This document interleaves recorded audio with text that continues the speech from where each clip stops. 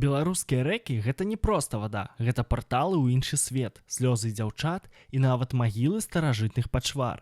Вілія, рака памерлых. Паводле легенды, чэрці ўвесь час спрабуюць яе перакрыць, таму яна такая звілістая. А іншае паданне кажа, што яна ўтварылася са слёз дзяўчыны Вялянны, якая страціла каханага. Дняпро – гэта пракляты сын цара Рыдана. Калі ў таго скралі залатую карону, ён паслаў на ўздагон сыноў Дняпро і Сожа. Не дачакаўшыся, ён пракляў іх, і яны назаўжды сталі рэкамі. У дзвіне схавана нешта яшчэ больш страшнае. Паводле падання, там патанула галава велізарнага цмока, які еў людзей.